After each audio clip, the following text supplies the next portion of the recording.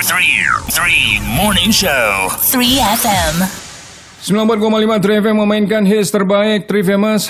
Kita sudah mulai berbicara dan sudah menggali sedikit tentang era digitalisasi. Spesialisasinya adalah gadget ya, dengan sibuknya manusia, sibuknya keluarga, dan sibuknya anak dengan gadgetnya itu sendiri. Nah Ibu, tadi kita berbicara nomofobia ya Bu ya. Itu apa sebenarnya? Ya, jadi nomofobia itu adalah, kalau kita singkatkan, adalah no mobile phone phobia. No mobile phone phobia. No mobile phone phobia. Jadi ianya merupakan suatu kondisi psikologis ya, di mana orang takut jauh dari namanya ponsel. Takut berada jauh dari ponsel, artinya kemanapun mereka pergi atau individu itu pergi, mereka harus bawa gadget. Jika pergi suatu tempat, gadgetnya tinggal, dia pasti akan kembali. Pokoknya gadget itu nggak boleh jauh-jauh dari dia. Jadi hal ini, kondisi ini jika berterusan, ya, kalau kita lihat ya, di mana-mana sekarang. Semua orang tuh memegang gadget. Sebenarnya tidak masalah jika individu mampu melakukan kontrol diri.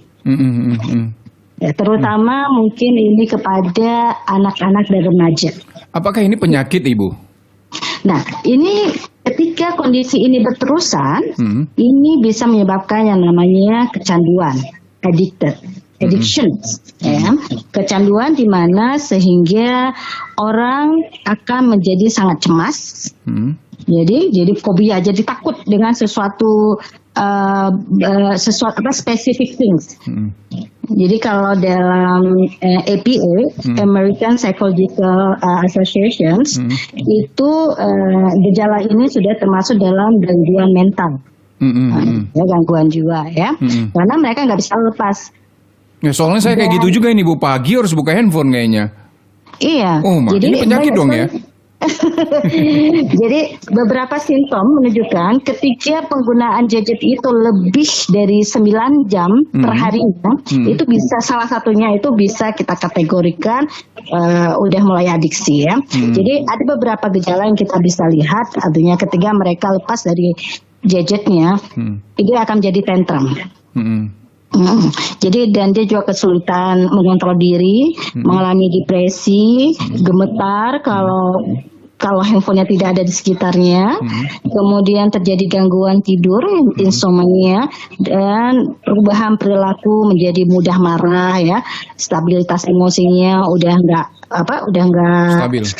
stabil lagi ya, sensitif.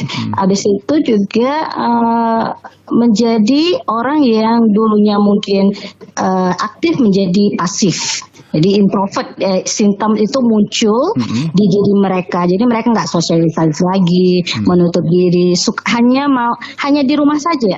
Karena main gadget itu kan mereka asik ya. Jadi gadget itu dunia maya. Mereka hilang dari dunia nyata. Jadi di dunia virtual aja ya. Jadi itu yang harus mampu diantisipasi. Iya, Ibu, kalau kita lihat, apakah ini menyerang anak-anak atau menyerang orang tua atau semua khalayak terkena dengan nomofobia ini? Saya melihat ini hampir semua khalayak terserang. Namun orang dewasa, saya melihat kemampuan mengontrol diri itu mungkin penting, tapi lebih imbasnya itu kepada anak-anak muda, anak remaja ya. Dan saat ini juga kita tidak pungkiri bahwa anak-anak usia balita pun sudah teradiksi dengan namanya gadget. Dan ini tentunya tidak jauh dari bagaimana orang tua memperlakukan anak mereka. Artinya kenapa anak di usia balita itu sudah mengalami gangguan mental terhadap gadget ini?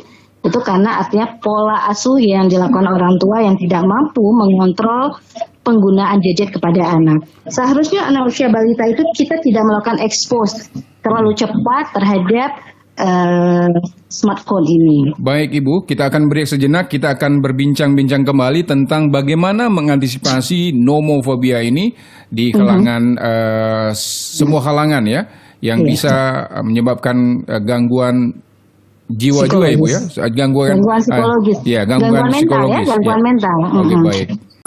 3 Morning Show. 3 FM.